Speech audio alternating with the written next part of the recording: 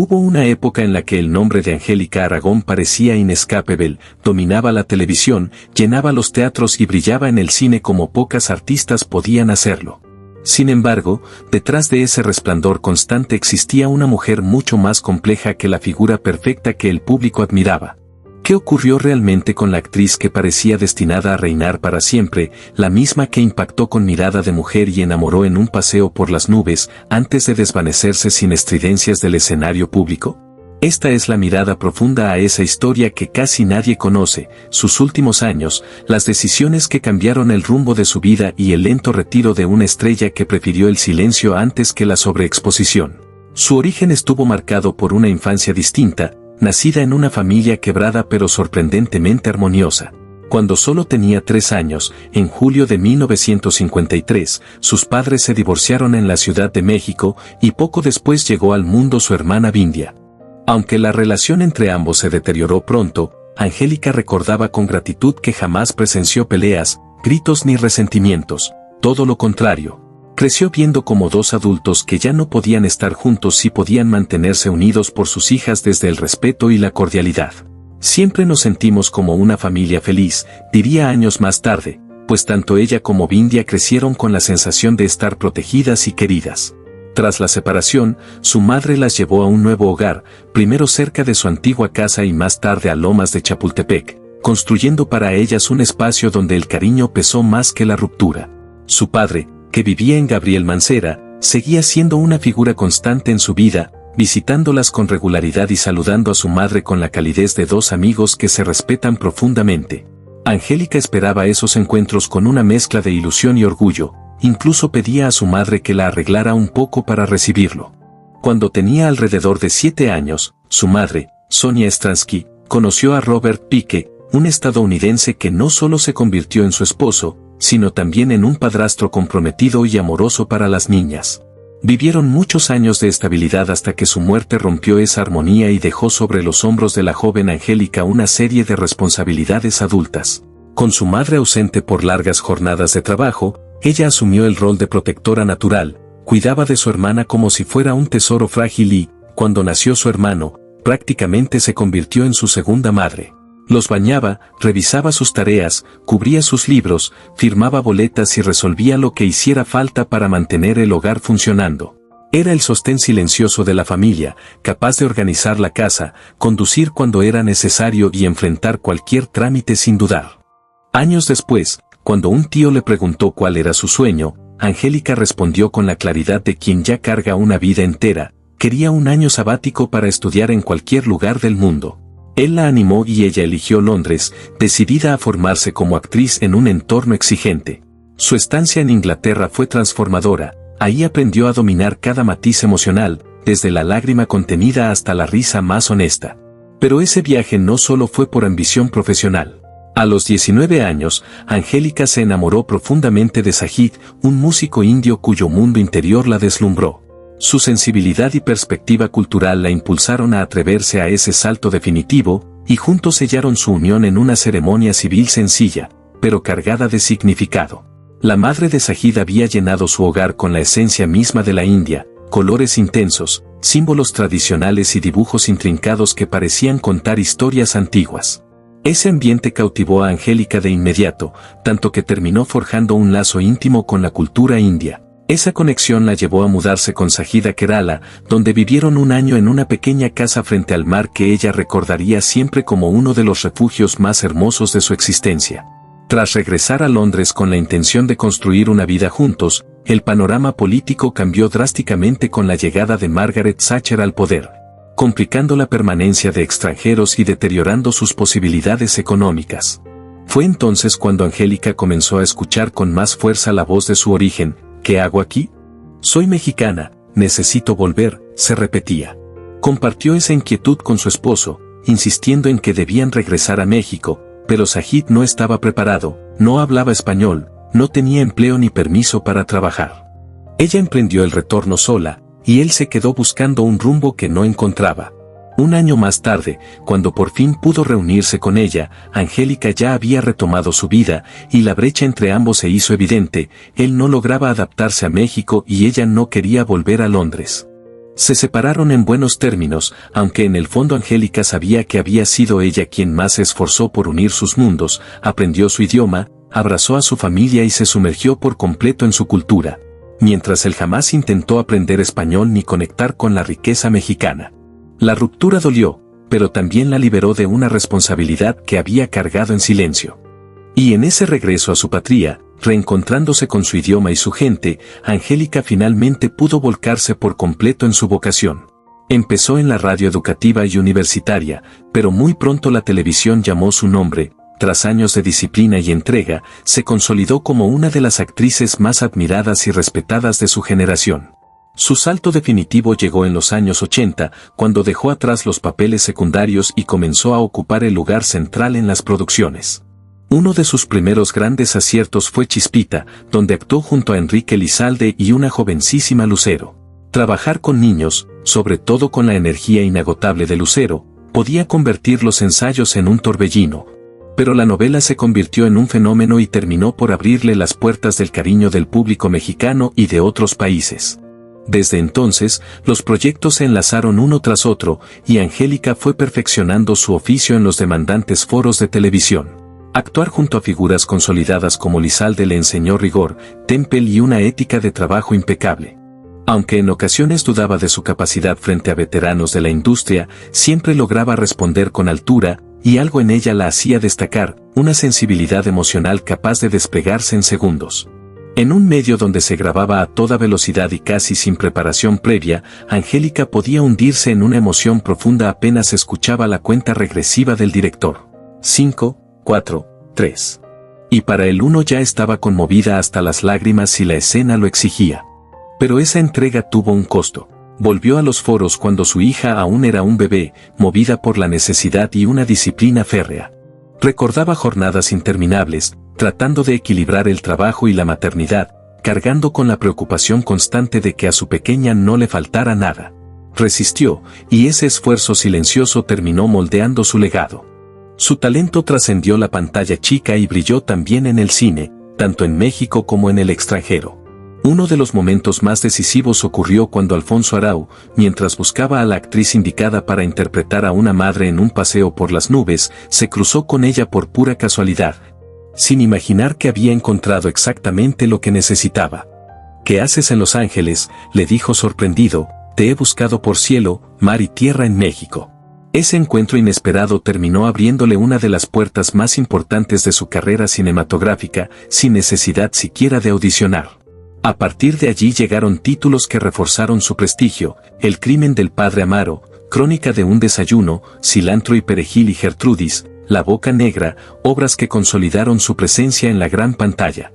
Su talento también brilló en los escenarios teatrales, con montajes como Maja Barza, Ramayana, Maquillaje, Amor loco y Vamos a hacer el amor en paz, donde destacó tanto actuando como dirigiendo. Sin embargo, la televisión volvería a colocarla en el centro del fenómeno colectivo.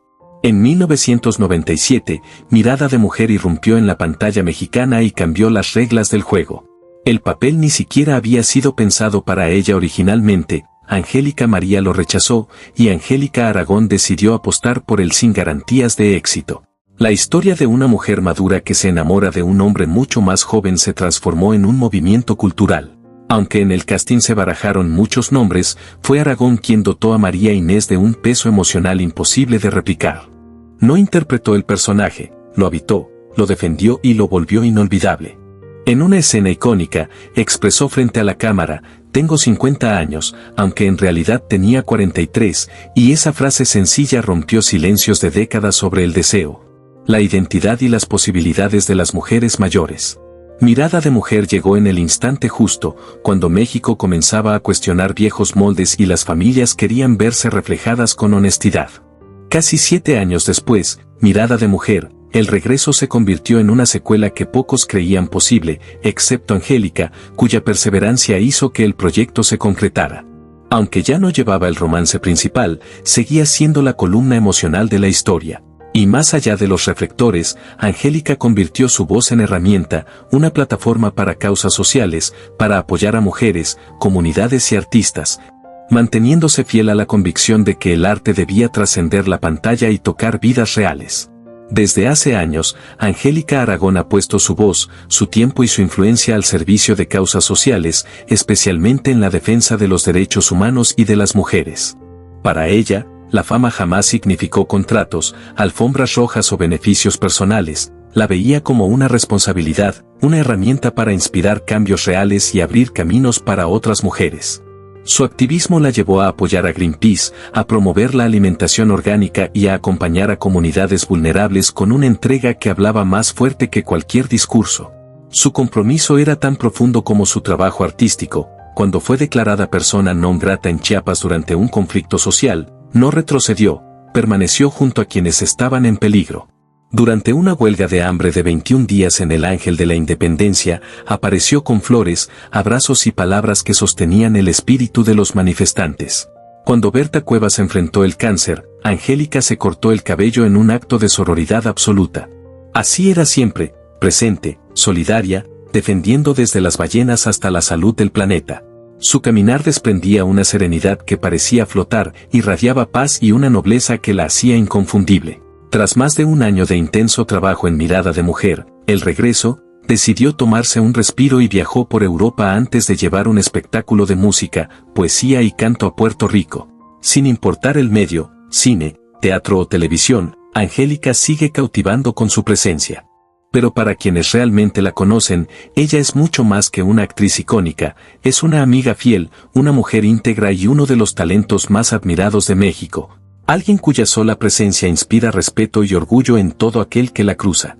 Angélica posee una elegancia natural y una sensualidad serena que iluminan cualquier espacio donde aparece. Quienes la rodean aseguran que su verdadero magnetismo no nace de su rostro ni de su figura, sino de una esencia profunda que se siente incluso antes de que hable.